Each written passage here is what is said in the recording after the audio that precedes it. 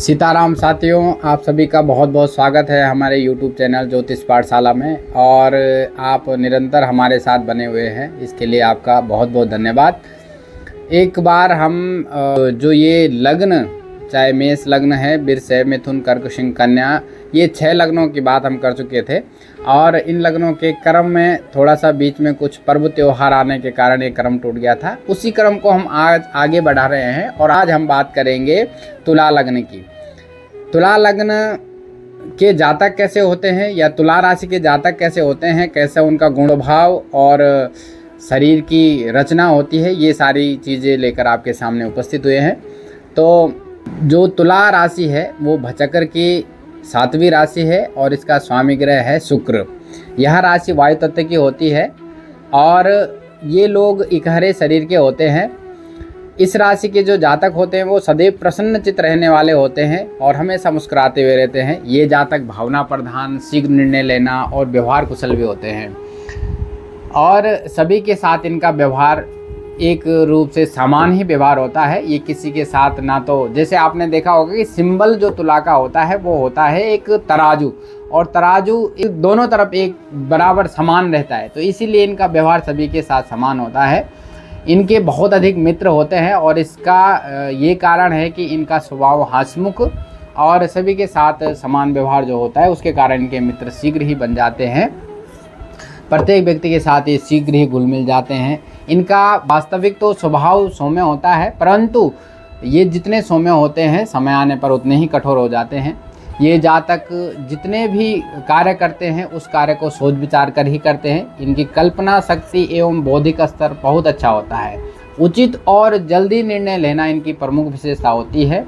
इनके मित्रों में महिला मित्र अधिक हो सकती हैं और जिसके कारण कभी कभी घर में कुछ गृह कलेश की स्थिति भी बन जाती है। आमतौर पर देखा जाए तो इनका भाग्योदय विवाह के बाद ही होता है और इनका वैवाहिक जीवन सामान्यतः सुखमय ही होता है। तुला लग्न की जो लड़कियां होती हैं वो बहुत सुंदर, बुद्धिमान और चतुर होती हैं और इनका शांत प्रिय जो व्यवहार होता है और शांत जो प्रवृत्ति होती है वो सबके मन को आकर्षित कर लेती है। इनको अपने घर एवं संपत्ति से बहुत लगाव होता है।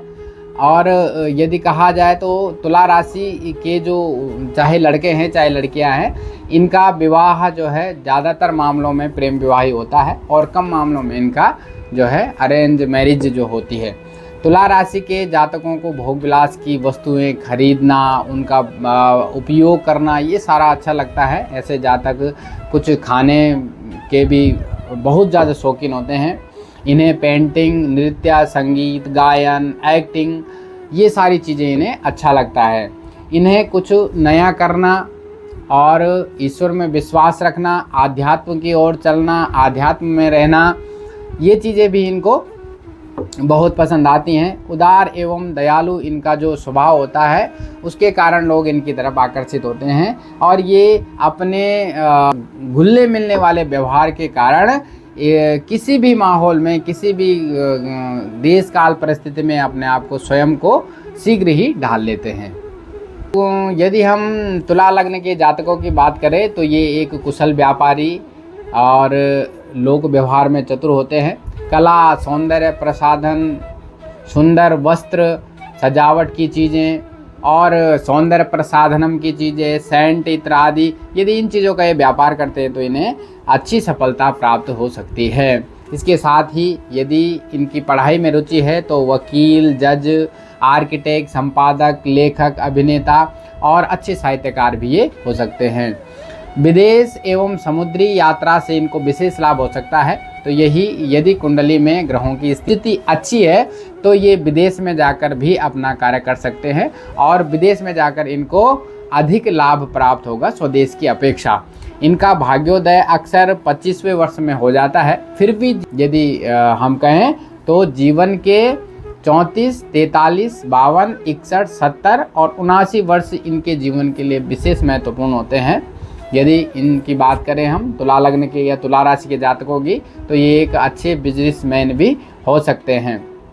ये तुला लग्न के जो जातक होते हैं ये ज़रूरत से ज़्यादा किसी की सहायता करते हैं, जो कभी कभी इनके लिए नुकसानदायक हो जाता है।